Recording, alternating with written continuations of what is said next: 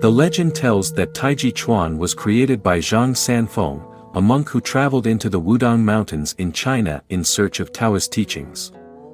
He received instruction from an immortal Taoist named Fire Dragon, 火龙真人 which allowed him to develop the art of Taiji Quan. It's difficult to determine what is historically true or not, and that's not really the most important aspect. What matters, however, is to remember that Taiji has its roots in Taoism and was born from a practice and a spiritual quest. Therefore, Taiji can be approached on multiple levels. The first level is the physical one, that of the form. It's about learning the movements. The form is external. The practitioner simply performs the movements. At this level, Taiji is equivalent to gymnastics, with associated virtues such as mobility and flexibility.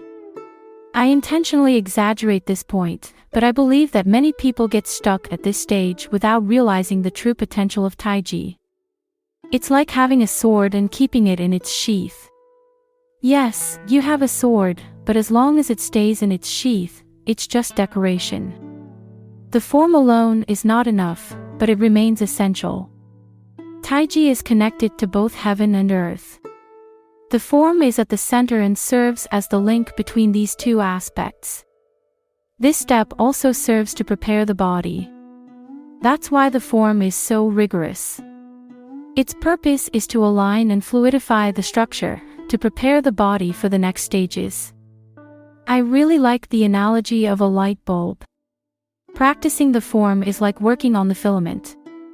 The more powerful the filament, the more electricity it can receive, and the brighter it can shine.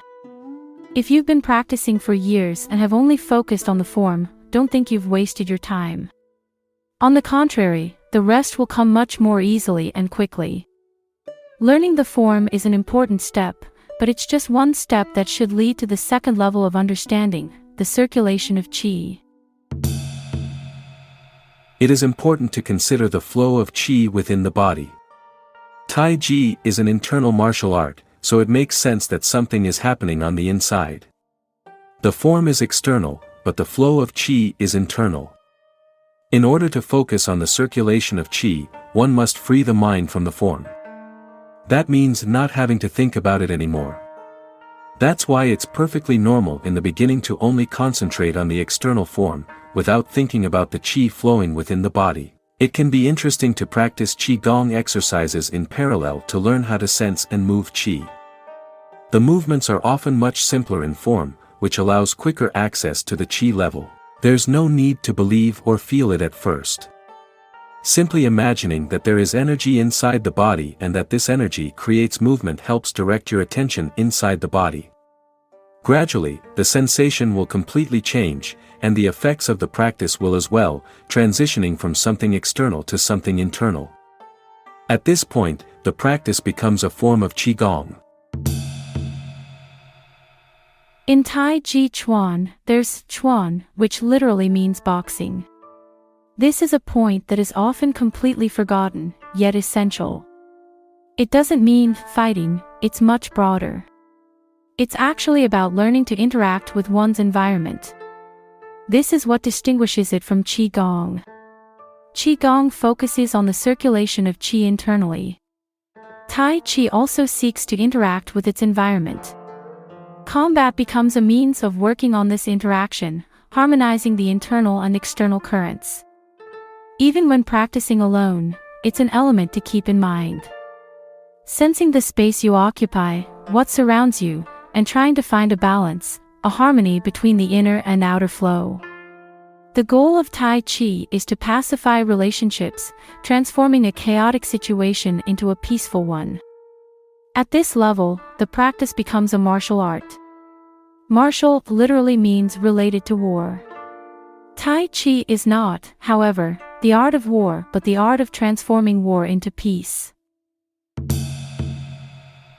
Everyone knows the graphical representation of Taiji, called Taiji 2.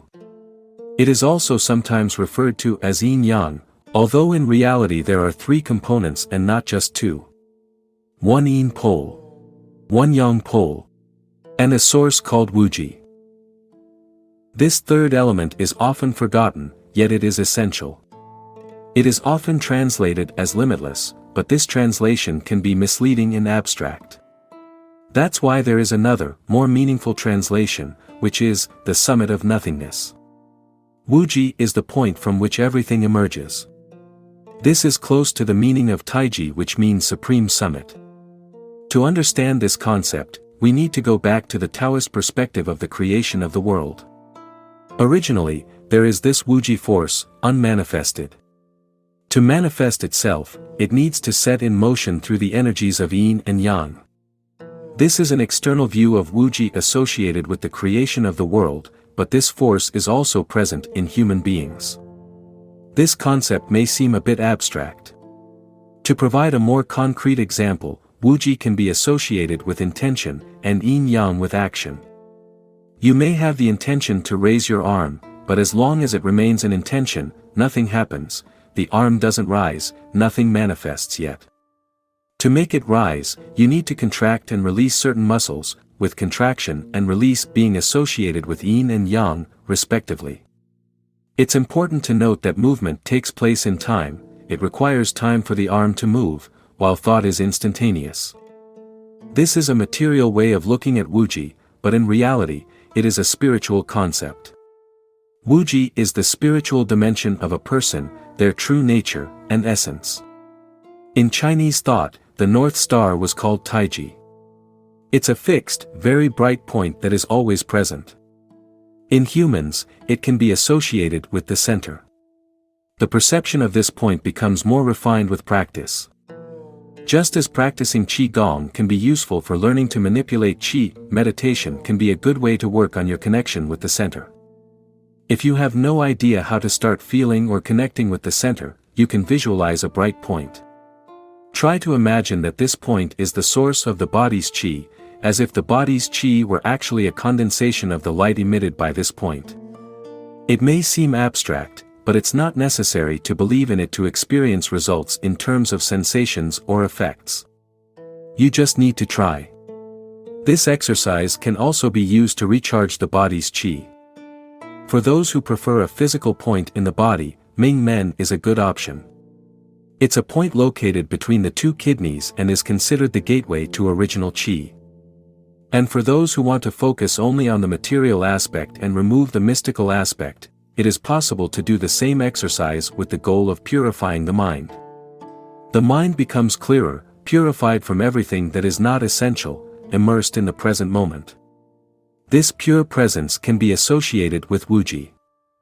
Here, Taiji is no longer just a martial art but becomes a bridge between two worlds, a means of merging the spiritual and the material.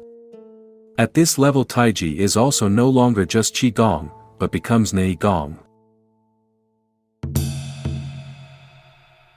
Taiji can be practiced at any moment in daily life. It's possible not only during the simple practice of the form.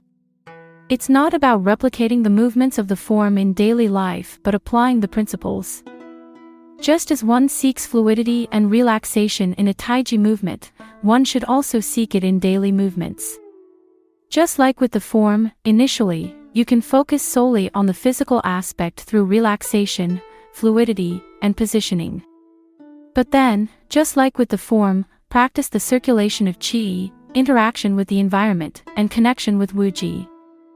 The first benefit is to increase practice time. I'm sure many are frustrated with not having enough time to practice. Or even when you have the time, the body needs to recover, and there is a physical limit to form practice. When you understand that you can practice in all movements of life, this limit disappears. Starting to apply Taiji in everyday life not only impacts your practice but also life itself. When you drive in a Taiji mode, your driving becomes smoother, and you are more aware of your surroundings, making you better able to react. It's also something that applies more broadly to interactions with others. Applying Taiji in a conflict, even a verbal one, can be very effective. It may seem abstract to think of speaking Taiji, which is why it's often much easier to start with the body. Instead of focusing on what you say, the idea is to focus on the state in which you say it. Ensure you have a Taiji posture, relaxed, fluid, centered in harmony with your environment. The words will follow the posture. At this level, Taiji becomes a way of life. This places the form at the heart of the practice, bridging the gap between the spiritual and material aspects. It is when we gradually access more and more subtle levels and embody them more deeply in the material that we reveal the true potential of Taiji.